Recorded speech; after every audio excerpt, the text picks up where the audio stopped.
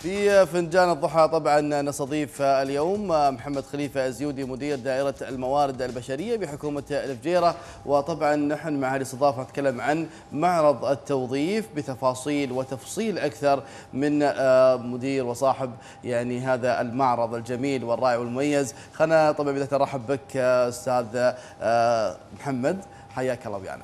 الله يحييكم وصبح عليكم بالخير وعلى جميع الأخوة والأخوات مشاهدي تلفزيون الفجيرة. والحقيقة نحن سعداء بهذا الصرح الإعلامي المتميز الذي أعطى كل الإضافات لمشاهدي إمارة الفجيرة خاصة وبقية الإمارات، وين توصل هذه الرسالة السامية. سعداء بوجودك معنا اليوم، وحابين نتكلم معك عن معرض التوظيف في هذه النسخة. طبعا راح يكون ممتد إن شاء الله من 26 إلى 28. حابين نتكلم عن هذا المعرض بتفصيل أكثر، ما المميز فيه وما المختلف؟ معرض الفجيرة كان هو عبارة عن معرض للتوظيف، كانت بداياته عام 2007. أنشئ عام 2007 واستمر هذه النسخة العاشرة هذه السنة سنويا، ولكن كان فقط الجانب الهدف الأساسي توظيف طالبين الوظائف.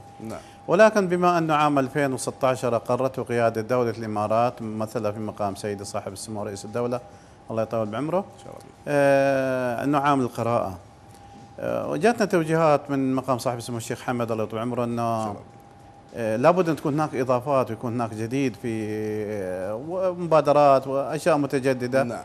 فالمهم وصلنا إلى أن يكون المعرض دخل فيه الجوانب العدة. ففي هذا العام تم تغيير المعرض إلى معرض الفجيرة الدولي، من كان محلي إلى أصبح دولي. معرض الفجيرة الدولي للتوظيف والتعليم والمؤتمرات المصاحبة. طبعا احنا لدينا 80 جهة عارضة للوظائف في المعرض هذا العام. ان شاء الله بيفتتح تفتح سمو ولي العهد طول عمره يوم الثلاثاء الساعة 10 الصبح ان شاء الله، الثلاثاء القادم. عندنا 80 جهة عارضة للوظائف، وعندنا 150 جامعة من كندا، من أمريكا، من بريطانيا، من أوروبا، من أستراليا، من ماليزيا، تركيا، نيوزيلندا، من الدول العربية، من الدول الخليجية، من كثير من الدول. هذه مشاركة وعارضة وين وصل العلم، وين وصلت الثقافة العلمية، وين وصل الفكر العلمي.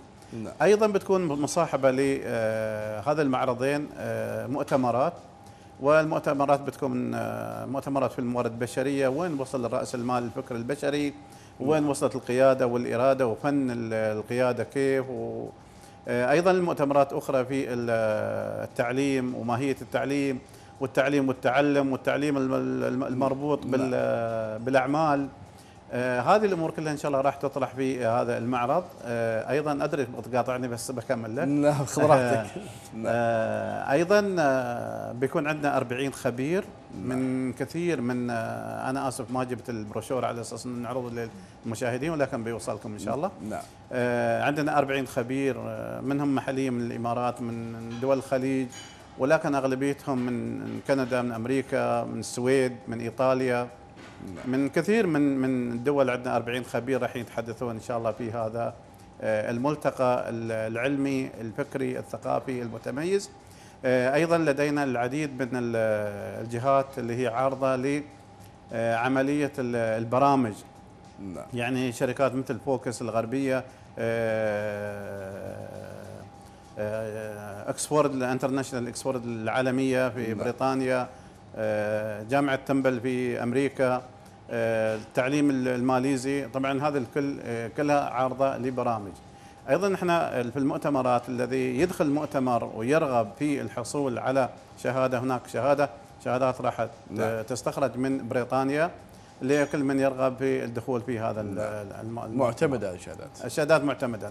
نعم جميل. خلينا شوي ندخل بالتفصيل شوي أكثر. العادة ممكن السامع يعني ومشاهد يعني متعود على معرض توظيف والوظائف. المرة أنتم وظفتوا التعليم بسبب طبعا التوجيهات السامية وأكيد المبادرات أيضا كذلك اللي طبعا قاعدين نشوفها. حاب أتكلم أنه كيف كانت الجهود التنظيمية لترتيب هذا المعرض. أكيد ما كان الموضوع أنه في ليلة وضحاها، أكيد لا، كان عمل دؤوب وأخذ وقت طويل، فكلمنا عنه.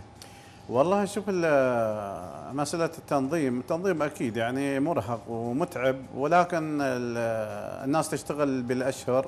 نحن بالأمانة صار لنا 6 شهور نشتغل في هذا المعرض. سواء تسويق المعرض على اساس ان احنا نجيب الجهات، مو بالسهوله نعم. انه اي شخص يقدر يرتب وينظم لمعرض عالمي. نعم. يعلم الجميع أن دائرة الموارد البشرية هي الجهة الوحيدة في دولة الإمارات أنها تنظم المعارض من تسويق وإدارة وتنظيم وكل ما يتطلبه المعارض، عمل شخصي 100% نعم. لموظفين الدائرة. فنحن لا نستعين اطلاقا بأي جهة إن كانت في تنظيم المعرض. نعم. هذه جهود من أبناء إمارة الفجيرة، بنات إمارة الفجيرة الحقيقة يعني جزاهم الله ألف خير، متواصلين ويعني اعطوا يعني اضافه كبيره على اساس نظهر بهذا المستوى ونظهر للعالميه من نفق بسيط، ولكن النور كان والحمد لله يعني نور قوي جدا واعطانا اناره على كافه العالم. فاصبحت يعني كانت لنا اهداف عديده اثناء التسويق، سواء زياراتنا للجهات في بريطانيا او في اوروبا او في استراليا. فكنا نزور الجهات ونزور الجامعات والحمد لله يعني وصلنا إلى تسويق عالمي أكثر ما هو تسويق محلي، والإدارة إن شاء الله بالتم بيشهد عليها الجميع. نعم. نحن لا نقيم أعمالنا، ولكن الذي يقيم الأعمال النتائج. فالنتائج هي القيم الأساسية اللي تتحقق وتم الشهاده فيها. لا ما شاء الله عليكم، مجهودكم جدا رائع وجميل. حاب اتكلم يعني عن ما شاء الله، انت ذكرت التنظيم وذكرت العمل اللي قمتوا به ما شاء الله عليكم، وايضا كذلك التنسيق مع الجامعات والحديث. النقله من محليه الى دوليه مسؤوليه كبيره جدا، فهذه نسخه يعني عالميه بكل التفاصيل، طبعا الجامعات طبعا ذكرتها والجهات المشاركه. حاب اتكلم التركيز في هذه السنه راح يكون بشكل حصري على في جلسات راح تدار في هذا الامر، فالتركيز في الجدول راح يكون على ماذا؟ اولا احنا عندنا كل يوم 3 جلسات. نعم. في المؤتمر، وتسبقهم جلسه اللي هو اليوم الاول، هذه نحن سميناها الجلسه الرئيسيه اللي هي لضيوف الشرف. نعم. بيكون طبعا الزيارات اللي بيكون ان شاء الله من ضمن الوفود اللي هي زيارات رسميه. معالي ولي العهد الماليزي بيكون يعني موجود، وايضا بيكون متحدث في الجلسه الاولى. نعم. ايضا بيكون متحدث في الجلسه الاولى معالي الدكتور ثاني الزيودي وزير البيئه وتغير المناخ. ايضا بيكون متحدث في الجلسه الاولى معالي احمد بالهول الفلاسي وزير دوله لشؤون التعليم العالي. نعم. هذول الثلاثه بيكون في الجلسه الاولى، ولكن الجلسات الاخرى كجلسات رسميه. هذه جلسه رئيسيه. نعم. تتكلم بعموميات، ولكن الجلسات الرئيسيه طبعا معد برنامج كبير جدا، ومن الصعوبه اني يعني نعم جميل. بس في النهايه راح يكون هي خلاصه تجارب، وايضا كذلك يعني تجارب ونجاحات تعرض من كافه الناس اللي هم يعني على سبيل المثال عندنا الرئيس الاعلى لاكسبورت انترناشونال اديوكيشنز. نعم. فبيكون هو متحدث في الجلسه الاولى من اليوم، مش الجلسه الرئيسيه، الجلسه الاولى. وايضا بيكون يعني تقريبا كل جلسه فيها 4 أو 5 محاضرين. فجلسات مميزه جدا، اشياء راقيه جدا. راح يعرف الجمهور يوصل الى التجارب والنجاحات التي تحققت، يعني بدل ما نقطع المسافات هذه. وانا بصراحه دعوه لكل من يشاهد تلفزيون الفجيره ويشاهدنا نحن في هذه اللحظات ان يزور المعرض، والحكم لهم. نحن لا نريد ولا نطالب بالاحكام بتميزنا، ولكن نحن نريد نقدم خدمات. فان كانت هذه الخدمات لها نتائج، هذا اللي نحن هدفنا الاساسي. فالناس تزور، اطلب من جميع مساعدين ومشاهدين ومستمعين ومن لا اي صله ان يزور المعرض، سواء زياره بهدف التوظيف او بهدف الثقافه الفكريه. نعم. لانكم رايحين الساده المشاهدين، انتم رايحين تجتمعوا بشخصيات عاليه جدا، واصحاب فكر قيادي واصحاب فكر علمي. نعم. اصحاب ثقافات متنوعه متعدده. فبالامانه هالشكل زيارتكم للمعرض راح تضيف اضافه، وانا متاكد 100%، وفي نفس الوقت متاكد من كفاءتكم العاليه. ولكن زياره المعرض راح تضيف لكم اشياء كثيره. انا حابب اتكلم استاذ محمد، هل راح يكون في استطلاع راي او استبيان من الزائرين؟ نعم، على في استطلاع راي الكتروني موجود، في استطلاعين، في استطلاع على الموقع الالكتروني www.fuj-hr.ae اللي هو الموقع الرسمي الخاص بدائره الموارد البشريه، ولكن هناك استطلاع ايضا راح يكتبه اي شخص هل هو راضي بامتياز عن المعرض ام راضي نوعا ما او حتى غير راضي، فنحن نتقبل النقد اكثر ما نتقبل الشهاده والكفاءه. بالعكس النقد راح يساعدنا في ان نتخطى اخطاء تداركنا او نتداركها في معارض قادمه، لانه بصراحه لولا الجمهور ولولا النقد لما نجح اي حد، فنحن نجاحنا من الافكار الذي راح نحصلها. بالعكس انا دعوه لكل من يشاهد اي خطا سواء الاتصال المباشر او حتى يحطها في التقييم الذي راح ان شاء الله يكون الشخص اول ما يدخل راح يدخل في الداتابيز الخاصه بالموقع، وراح يكون يعني من ضمن الناس الذي هم يكونوا شركاء في الموقع.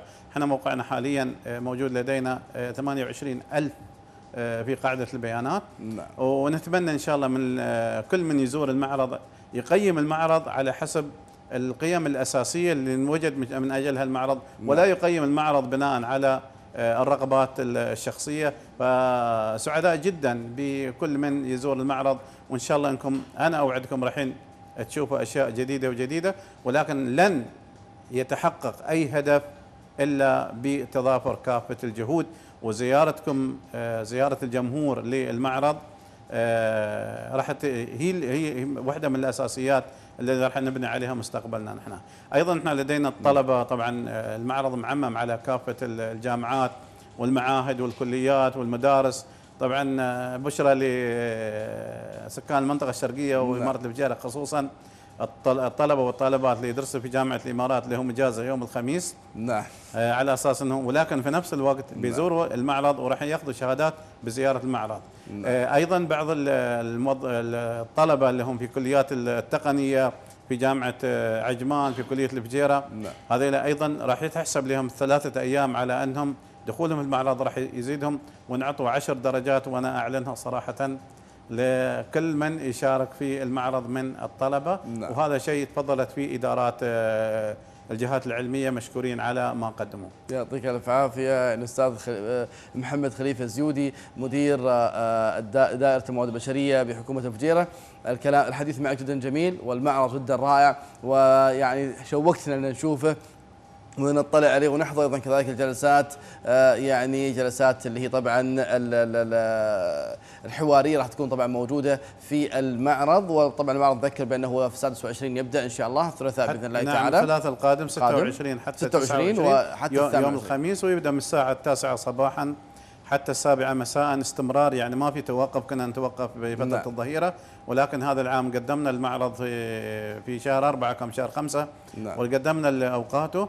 واضافه بسيطه، في نحن عاملين مكان خاص للطلبه على اساس انهم ياخذوا البرنامج التوجيهي لطالب المقدمين الوظائف، راح يكون بشرح مفصل لطالب الوظيفه قبل الدخول الى المعرض وقبل الدخول الى المؤتمرات، فبيكون هناك شرح مفصل في ورش عمل خاصه للطلبه. وعلى فكره عندي 50 باص تنقل الطلبه من اماره دبي ومن الامارات الاخرى. يعطيك الف عافيه، حقيقه جهود جدا متضافره، وايضا كذلك سعي حثيث لنجاح هذا المعرض، ودائما ما يكون هناك التميز في اماره الفجيره وفي هذا المعرض طبعا تقدموها كدائره الموارد البشريه، وايضا كذلك برئاستك محمد خليفه الزيودي. يعطيك الف عافيه على تواجدك اليوم معنا، وسعداء جدا بهذا التواجد وبهذه المعلومات الكافيه والوافيه. شكرا جزيلا.